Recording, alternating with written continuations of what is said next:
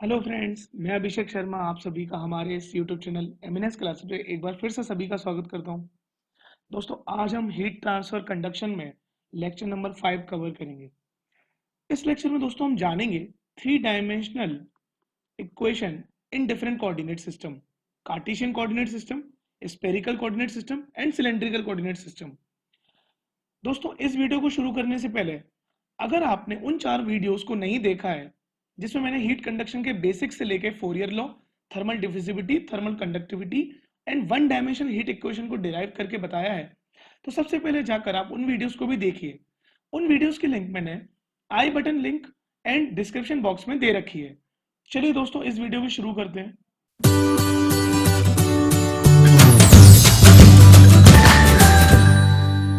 सबसे पहले three dimensional equation हम कार्टेशियन कोऑर्डिनेट्स में देखेंगे।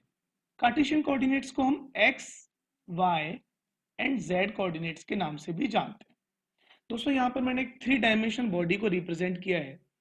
थ्री डायमेंशनल बॉडी पेपर पर या किसी प्लेन पर बनाना बहुत मुश्किल होता है, फिर भी मैंने ट्राई किया है डिफरेंट डिफरेंट कलर लेके कि आपको वो इजिली समझ में आ जाए। यहाँ पर मैंने एक्सिस को एक्स, वाई एंड जेड की डायरेक्शन से आपको समझाने की कोशिश की है। दोस्तों, एक्स डायरेक्शन में मैंने बॉडी की dx थिकनेस ली है, y डायरेक्शन में मैंने उसकी dy ली है एंड z डायरेक्शन में मैंने dz ली है। दोस्तों, at x q heat in हो रही है एंड डिस्टेंस dx कवर करके x प्लस dx आउट हो रही है। सिमिलरली जब हम बॉडी के बैक साइड से कवर करना शुरू करेंगे तो qy इन हो रही है and qy plus dy out हो रही है। Similarly in z direction qz इन होके qz प्लस dz आउट हो रही है। तो दोस्तों, थ्री डायमेंशनल इक्वेशन हम इस तरीके से देख सकते हैं। अगर मैं पहले आपको इस इक्वेशन का डायरेक्ट फाइनल जो उसका रिप्रेजेंटेशन है वो बता रहा हूं। अगर आप किसी को भी उस इक्वेशन का डेरिवेशन चाहिए तो मैं आपके लिए वो वीडियो भी कवर कर दूंगा। आप मुझे उसके लिए कमेंट बॉक्स में बता सकते हैं। तो चलिए दोस्तों, थ्री डायमेंशनल इक्वेशन होती कैसी है। Del square T over del X square plus del square T over del Y square plus del square T over del Z square. ये तो हो गया तीनों एक्सिस के बारे में। Plus Q dot K equal to 1/अल्फा del T over del tau. दोस्तों, यहां पे आपको कुछ बातें याद रखनी है, जैसे कि के जो हमारा थर्मल कंडक्टिविटी है वो हमने यहाँ पे कांस्टेंट माना है, यानी कि वो पूरी बॉडी के किसी भी पोजीशन पर यूनिफॉर्म वैल्यू रिप्रेजेंट कर रहे हैं। एक ही वैल्यू पूरी बॉडी के हर किसी तरफ है। आप किसी भी बॉडी के किसी भी कोऑर्डिनेट्स पे टच करेंगे वहां पर के की वैल्यू सेम होगी। इस इक्वेशन का एक और फॉर्मेट होता है। उस इक्वेशन को कुछ इस तरीके से लिखा जाता है, del square T plus Q dot over K equal to 1/अल्फा del T over del tau. दोस्तों, आप यहाँ पे अल्फा को तो अच्छे से जानते होंगे, जो कि हमारा है थर्मल डिफ्यूजिविटी।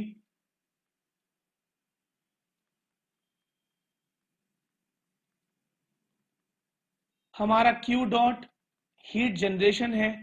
हम यहाँ पे कंसीडर करके चल रहे हैं कि एक हीट सोर्स इस बॉडी के इनसाइड है जो हीट जनरेट कर रहा है एंड के हमारा थर्मल कंडक्टिविटी है।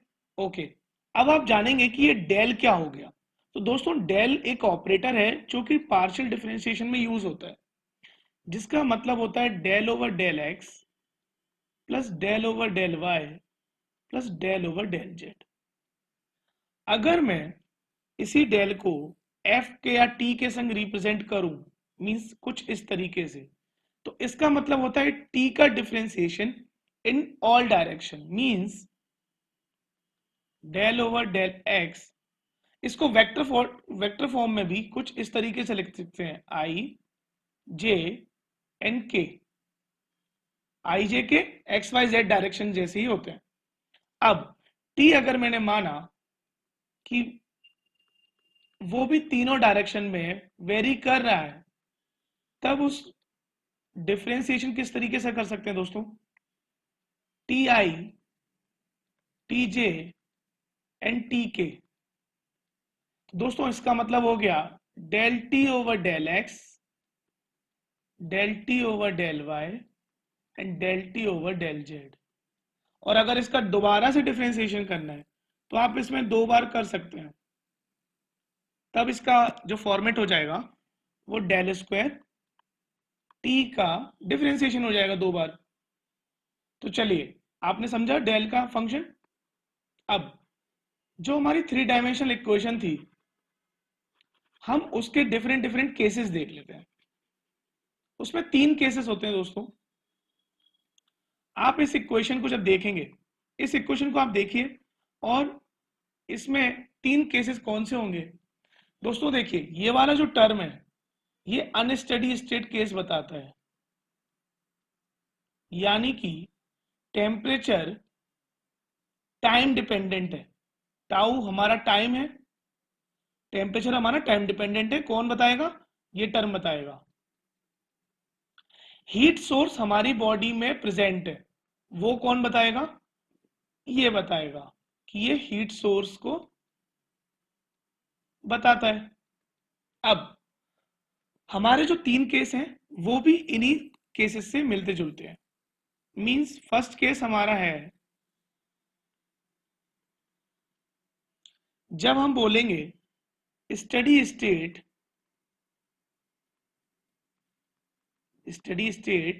With heat generation. मतलब कि हमारा स्टडी स्टेट होने से क्या हो गया? टाइम डिपेंडेंट टर्म जीरो हो गया, प्लस हीट जनरेशन बचा है। तब हमारी इक्वेशन कुछ इस तरीके से होगी, del square T plus Q dot over K equal to zero. Okay, and इस इक्वेशन को बोला जाता है पॉइजन इक्वेशन। दोस्तों ये पॉइजन जहर वाला पॉइजन नहीं है, एक साइंटिस्ट का नाम था पॉइजन इक्वेशन। ओके दोस्तों, इस इक्वेशन में हमने टाइम डिपेंडेंट टर्म जीरो कर दिया। दूसरी इक्वेशन, दूसरा केस, दूसरे केस में बोला गया अनस्टडी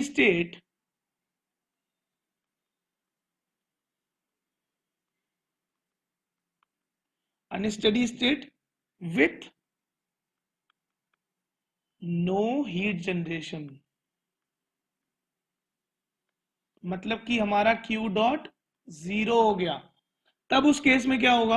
अनस्टडी स्टेट है, यानी लास्ट टर्म जीरो नहीं होगा, तो del square T plus no, no plus, क्योंकि ये तो हमारा जीरो हो गया, इक्वल टू 1/अल्फा del T over del tau. इस इक्वेशन को दोस्तों बोलते हैं फोरियर लॉ इक्वेशन। आपने पहले पार्ट में इसका इतना पार्ट देखा था। हम यहां से फोरियर लॉ की इक्वेशन भी फाइंड आउट कर सकते हैं, फोरियर इक्वेशन। एंड तीसरा केस होता है दोस्तों जिसमें हम बोलते हैं steady state with no heat generation, यानी कि क्यू डॉट भी जीरो हुआ और टाइम डिपेंडेंट टर्म भी जीरो हुआ। तब उस केस में जो इक्वेशन फाइनली बनती है वो कुछ यू बनती है, एंड इस इक्वेशन को बोला जाता है Laplace equation.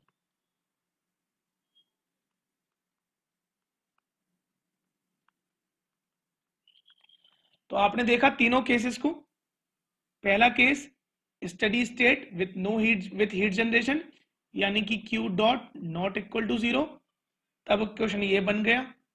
Study state with no heat generation, तो नो हीट जनरेशन में ये जीरो हो गया, इतना बचा उसको फोरियर इक्वेशन बोलते हैं। एंड लास्ट केस जब steady state with no heat generation तो लाप्लास इक्वेशन बने। चलिए देखते हैं अपना एक डिफरेंट कोऑर्डिनेट सिस्टम,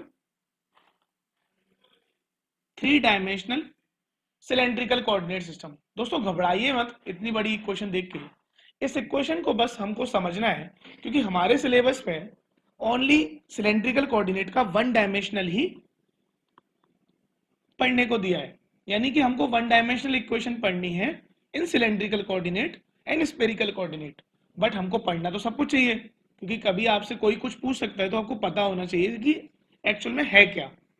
तब हम इस इक्वेशन को देख सकते हैं 1/r del by del R K R del T over del R plus 1/r square del upon del phi K R del T over del phi plus del over del Z K del T over del Z plus Q dot equal to rho C P del T over del tau. दोस्तों cylindrical coordinate में R, phi और Z हम इन तीन को लेके चलते हैं, यानी कि आप अपने एक सिलेंडर, ये वाला एक सिलेंडर मैंने बताया है, इसमें पॉइंट पी आप इसको मान लीजिए किसी एक पोजीशन पे लाई कर रहा है ये इनसाइड द सिलेंडर, जिसकी डिस्टेंस है डी आर, जिसकी हाइट है डी जेड और जो एक डी फाई एंगल पर रोटेट है। ओके, तब उसके कोऑर्डिनेट्स होंगे D R, D phi, D Z. अब उस पॉइंट से अगर हमको हीट अपनी कोऑर्डिनेट इक्वेशन से निकालनी है तब हम इस इक्वेशन का यूज करेंगे, लेकिन हमको तो 1 डायमेंशन करनी है तो हमें इतनी बड़ी इक्वेशन को याद रखने की जरूरत नहीं है। तब उस केस में 1 डायमेंशनल इक्वेशन बन के आएगी कुछ इसनी, देखा आपने कितनी सिंपल इक्वेशन निकल के आई है। और इस इक्वेशन से आपको क्या क्या क्वेश्चन पूछे जा सकते हैं वो मैं आपको बताता हूं। सबसे पहले क्वेश्चन पूछा जाता है दोस्तों कि जो आर होता है मींस रेडियस, उसका ऑर्डर क्या होता है। मतलब सिलेंड्रिकल सिस्टम में आर की पावर कितनी होती है, तो आंसर है 1। देखिए दोस्तों 1/r del over del R plus K R del T over del R plus Q dot equal to rho C P del T over del R del tau. अब यहां पर हमने के अंदर रखा हुआ है, दैट मींस के वेरिएबल भी हो सकता है और के कांस्टेंट भी हो सकता है।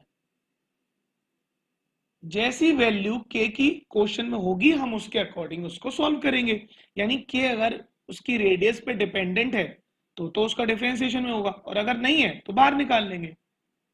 तो आपको सिर्फ इतनी सी इक्वेशन याद रखनी है। आई होप आप इस इक्वेशन को सिंपल फॉर्म में याद रख सकते हैं। यहाँ सिर्फ आर का वेरिएशन है और यहाँ डेल टी ओवर डेल्टा हुआ है, ये टाइम वेरिएशन को बताता है,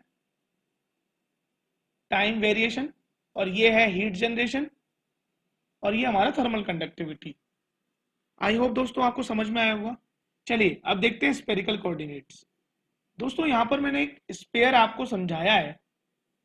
स्फीयर में आप इस पॉइंट को कंसीडर कर सकते हैं जो कि लाई कर रहा है आर डिस्टेंस पे D phi angle and D theta rotation पे।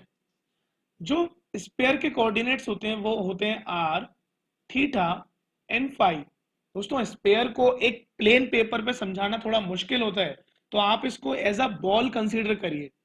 बॉल से समझेंगे तो आसान होगा। एक बॉल लीजिए और उसके पॉइंट पे एक कंसीडर कीजिए कि दो रोटेशन है, एक वर्टिकली एक हॉरिजॉन्टली, तो उसको बोल रहे हैं डी थीटा, एंड जो वर्टिकली रोटेशन है उसको बोलते हैं डी फाई। ओके, इसमें सबसे वही क्वेश्चन जो कि आर का ऑर्डर क्या होता है। तो दोस्तों आप इक्वेशन से देख सकते हैं यहां पे आर हमेशा एक्सपोनेंट 2 का कैरी कर रहा है, दैट मींस आर का ऑर्डर कितना हो गया 2। दोस्तों ये वाला क्वेश्चन गेट में अलग अलग तरीके से बहुत बार पूछा जा चुका है कि आर का ऑर्डर सिलेंड्रिकल कोऑर्डिनेट्स में कितना होता है। या तो वो ऐसे पूछ लेते हैं या फिर वो डायरेक्टली पूछते हैं कि इन तीनों में से कौन सी इक्वेशन स्फेरिकल कोऑर्डिनेट की। तो आपको याद ये रखना है कि आर के सिस्टम में बाहर भी स्क्वायर और अंदर भी स्क्वायर, सिलेंड्रिकल में बाहर भी सिंगल आर अंदर भी सिंगल आर। तो जब इस वाली इक्वेशन को वन डायमेंशन में कन्वर्ट कर दिया जाता है तो ये इक्वेशन निकल के आती है 1/r² del over del R K R square del T over del R plus Q dot equal to rho C P delta T.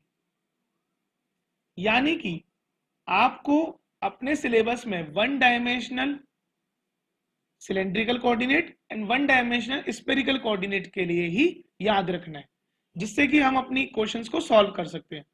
I hope दोस्तों आपको तीनों केसेस समझ में आए होंगे। अगर आप किसी को भी इन इक्वेशन में कोई भी डाउट है तो आप अपने डाउट्स मुझे कमेंट बॉक्स में जरूर लिख के दीजिए, मैं उन डाउट को सॉल्व करने की पूरी कोशिश करूंगा। तो आपने जाना कि one 3 dimensional cylindrical coordinate, Cartesian coordinate और उसके 3 अलग अलग केसेस। दोस्तों हमें इन 3 केसेस को बहुत अच्छे से याद रखना है, ये पूछे जाते हैं और इन्हीं पे क्वेश्चन जनरली बनते भी हैं।